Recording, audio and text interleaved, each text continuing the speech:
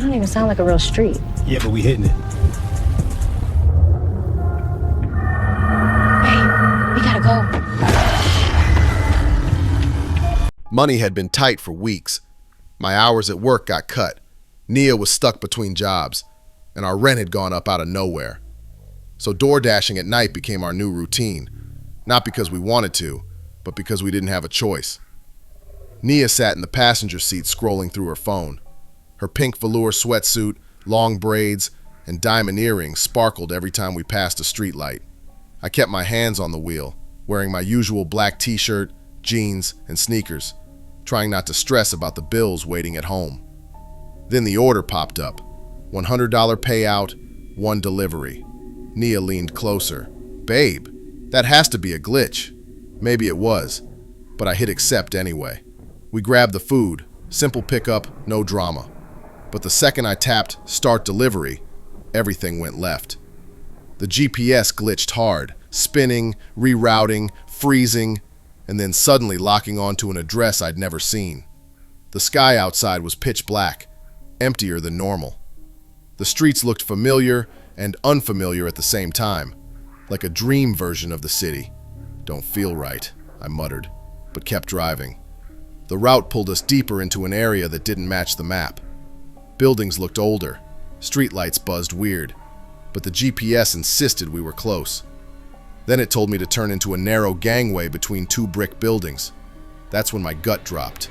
As we rolled through, headlights cut across a group of black men gathered in a corner circle, smoking, laughing, rolling dice on cracked concrete. They wore hoodies, puffer coats, gold chains, the usual city vibe, except something felt off. One of them looked up. His eyes caught the light and flashed red. Nia, don't say nothing. Don't look.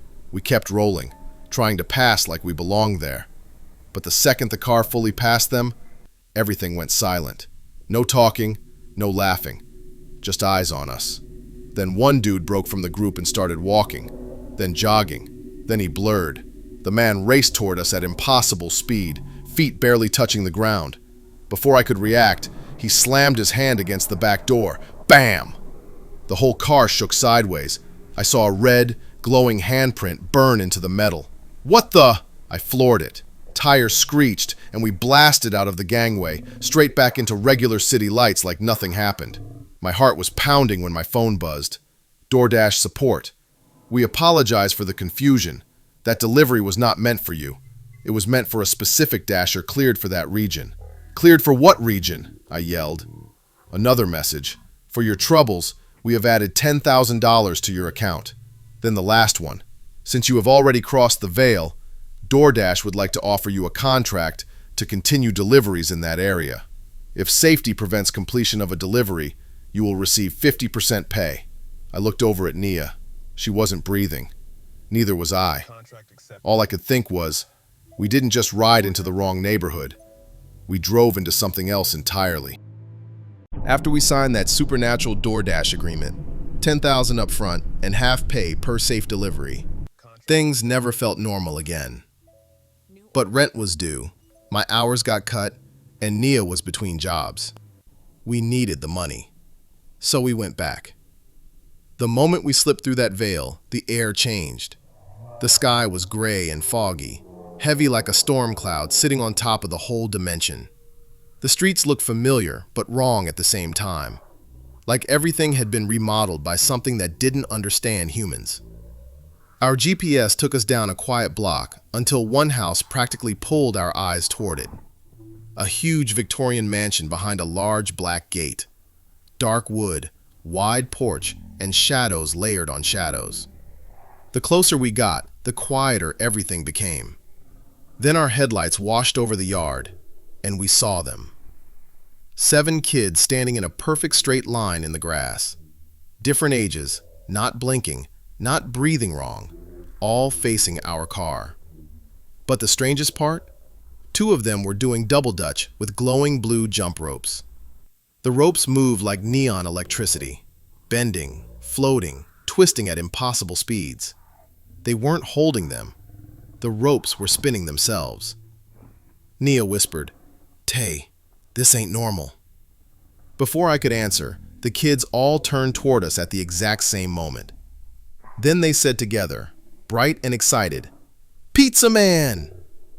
This time, we were delivering pizza. But hearing them say it like that still made my skin crawl. Something tugged at me, not physically, but mentally, pulling me to step out of the car. The glowing ropes slowed down by themselves and gently settled on the ground as all 7 kids stared, waiting. Then she appeared, the tall woman, 9 feet tall, long gray dreadlocks hanging, a long black dress flowing behind her like it wasn't touching the ground, fog curling around her legs like it knew her. She stepped between the kids, towering over everyone. When her eyes locked onto mine, I felt every thought in my body go silent. She said in a deep, calm voice, "You're right on time." Her voice wasn't warm, it wasn't cold. It just was, like gravity or truth. I handed her the pizza bag with shaky hands.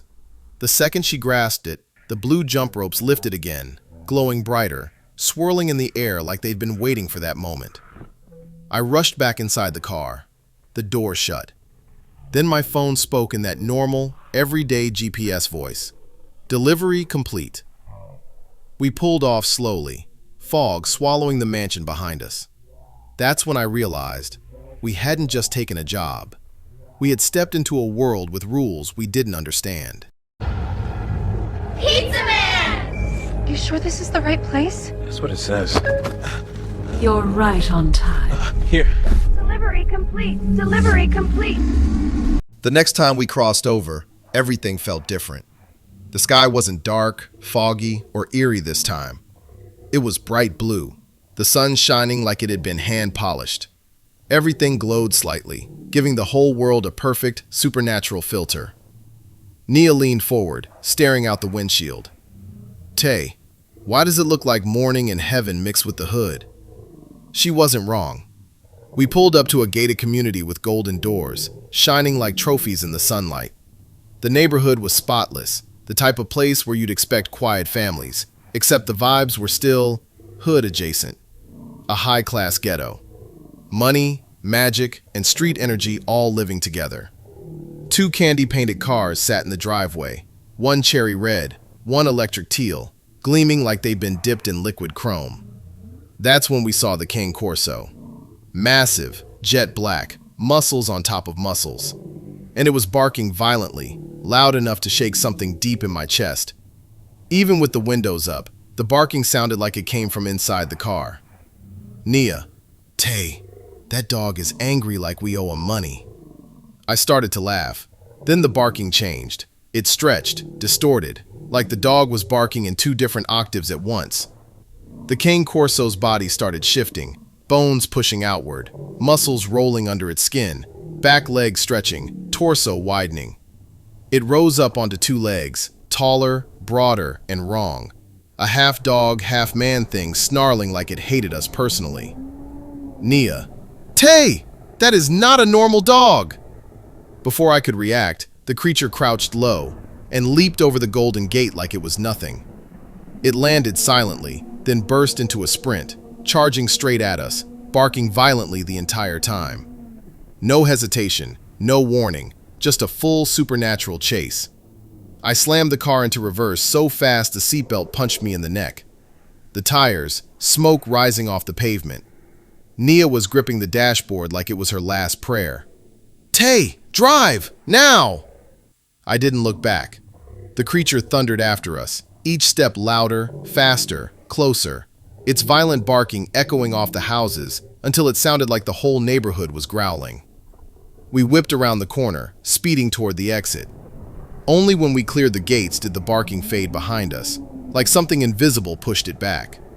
Hands shaking, I kept driving. Nia looked at me and said what I was already thinking. "Tay, why does everything in this place want smoke with us?" I had no answer. Only a truth I was starting to accept. Every delivery in this dimension came with its own monster waiting to clock in. Just throw it, babe. Not getting out. Yeah, I got it.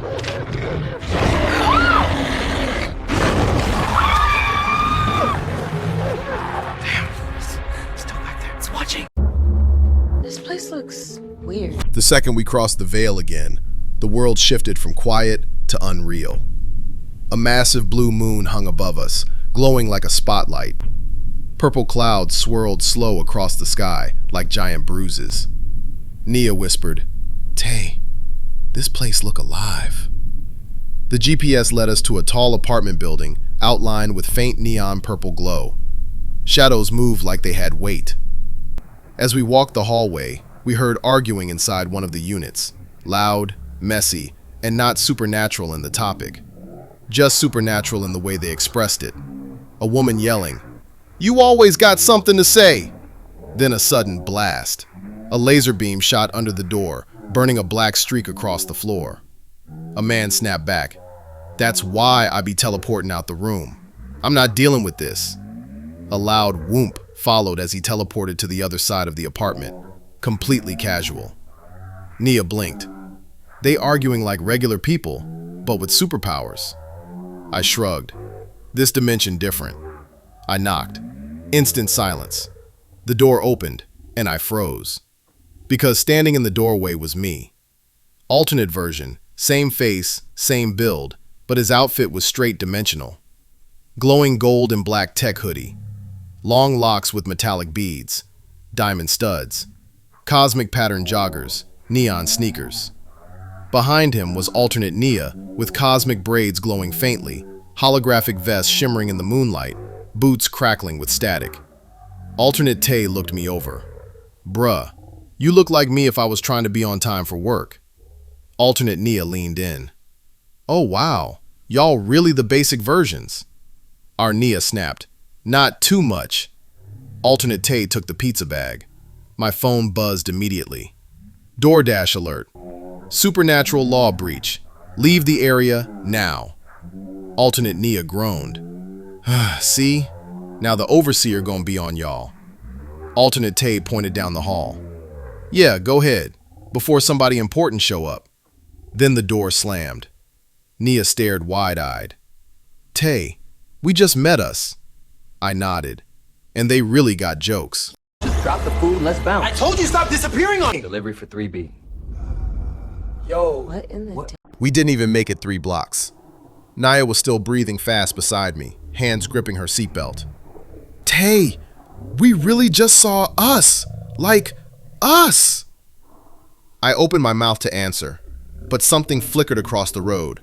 Then the whole world stopped moving. The streetlights froze. The purple clouds stopped swirling. Even the air felt like it locked in place.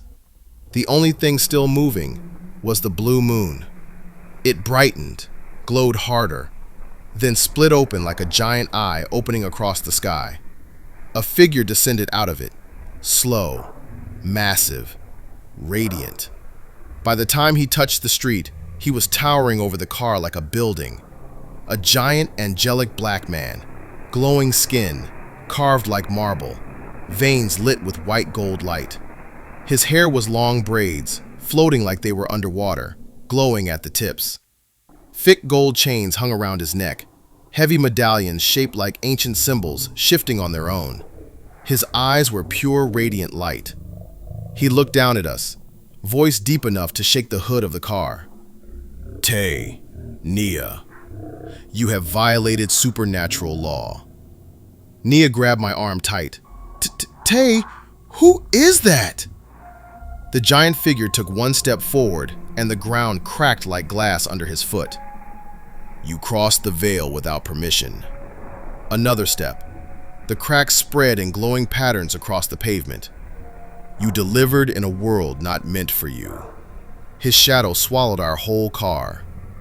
"And worst of all, you met your alternates." I swallowed hard. "Sir, we didn't mean to. It was a mistake. DoorDash sent the order." He lifted one hand.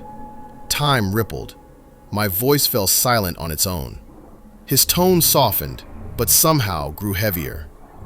"You were not meant to see yourselves. Not yet." Nia whispered, "So, are we in trouble?" The overseer lowered his shining face toward our windshield. "You are forbidden from returning to the other dimension." A pulse of gold energy swept over the car, gentle but absolute. The blue moon flickered. The clouds twisted violently. The overseer straightened and lifted both arms. His medallions glowed like burning suns. You will be returned to your world. The wind roared. The sky tore open. The car lifted off the ground like gravity forgot its job. Nia screamed, gripping her seat. I yelled, "Hey, wait!" The overseer spoke one last time, voice echoing like 1,000 voices beneath one. The veil is closed to you, but the supernatural will still follow you. Light swallowed everything. We slammed back onto regular pavement. Normal night, normal sky. No blue moon, no purple clouds. Just silence. I gripped the steering wheel. Nia whispered, "Tay, we just got banned from another dimension." I stared ahead, heart pounding. Nia, he said the supernatural would still follow us. And in the rearview mirror, something moved. Something that didn't belong to our world. Nia slowly turned her head toward me. So, what do we do now? I swallowed, still staring at the shifting shape in the rearview mirror. Something tall, wrong, and watching us from the edge of the darkness. We keep driving, I said quietly. We keep working. And we pray that whatever followed us, the shape tilted its head, doesn't decide to collect. The GPS chimed like nothing had happened. Returning to home screen. Nia let out a shaky breath. Tay, our life is never going back to normal. I put the car in drive. Yeah, I murmured, eyes still locked on the mirror. I know. The engine rumbled. The thing in the mirror took one slow step forward. Keep driving, we keep working, and we pray whatever followed us doesn't decide to collect. Tay, our life is never going back to normal.